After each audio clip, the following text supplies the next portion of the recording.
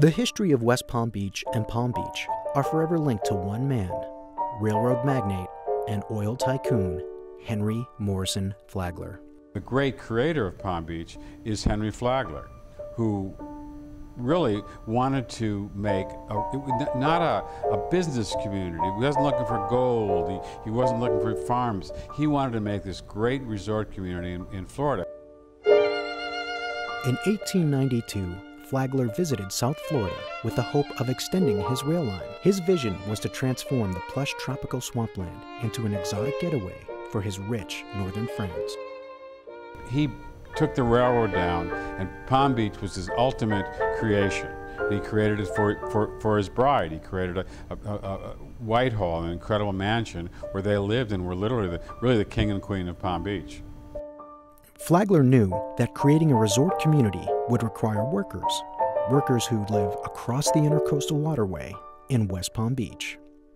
West Palm Beach was basically service people who worked as landscapers and painters, etc., for the people on the island.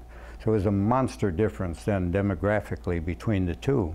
Flagler's legacy as the man who single-handedly developed South Florida is evident on street signs, statues, and cemented in the history books of our country.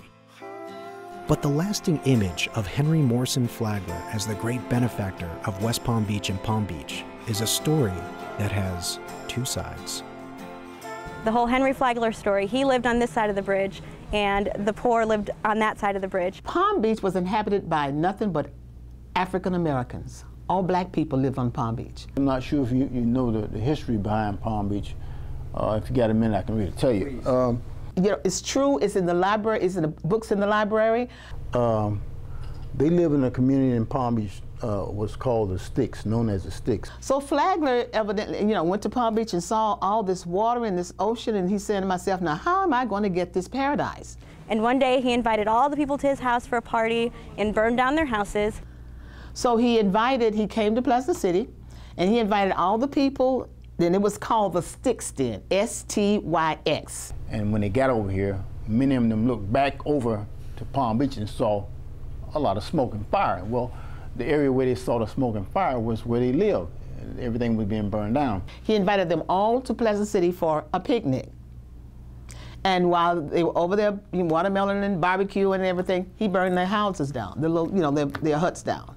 So the ferry that actually brought them over here, the rope that I guess controlled it was cut, or the ferry boat wasn't able to take them back. So many of them tried to swim back over there, and a lot of them drowned. And that's how he got Palm Beach.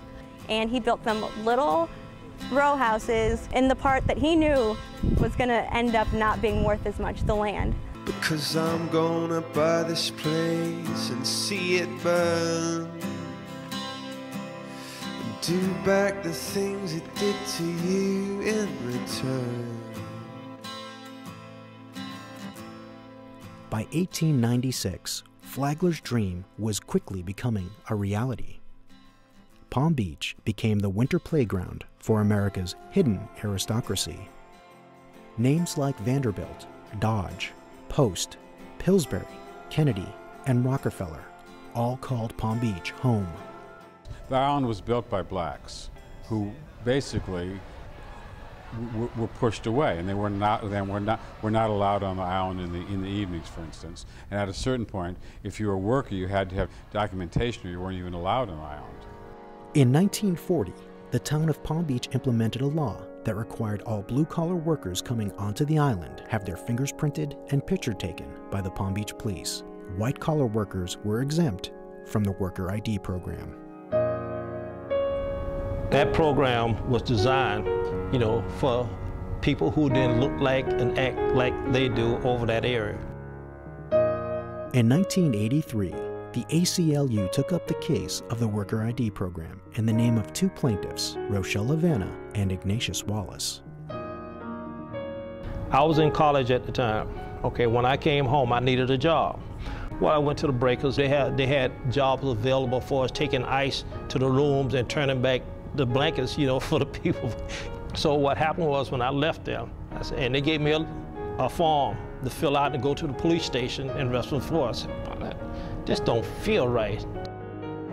In December of 1985, U.S. District Judge Norman Rutger ruled the Palm Beach Worker ID program was unconstitutional. I dedicated that suit towards poor people who had to go through that harassment, ID card and fingerprinting in order to feed and clothe their children, which that should not be. That's what Palm Beach does. Palm Beach, it's just so intimidating.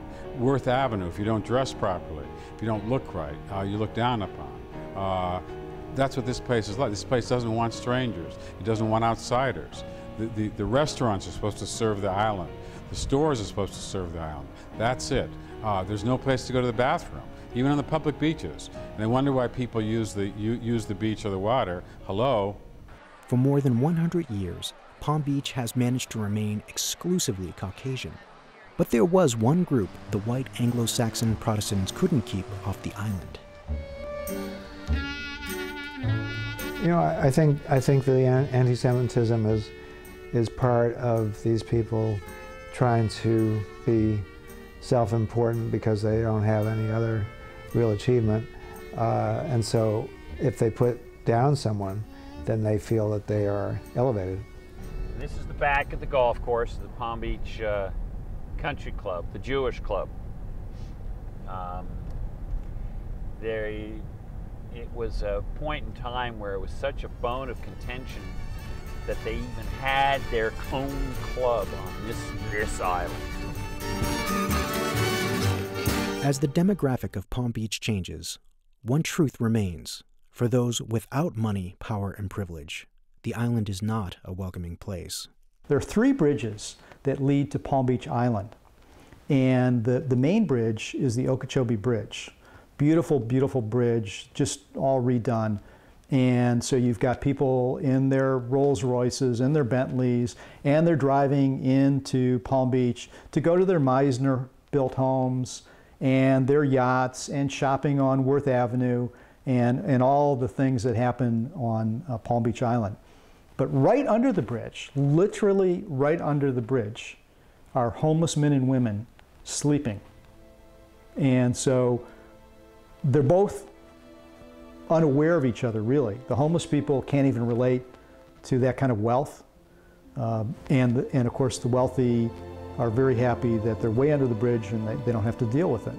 And so it's the dichotomy of that situation, I think, that really makes it so stark. It would be hard to find 2 cities more diametrically opposed, yet geographically so close together, than the city of West Palm Beach and the town of Palm Beach. And for as long as these 2 societies have existed, West Palm Beach has lived in the shadow of its wealthier sister city. And like a child struggling to fill its sibling's shoes, West Palm Beach has always had aspirations of someday obtaining the opulent wealth of Palm Beach.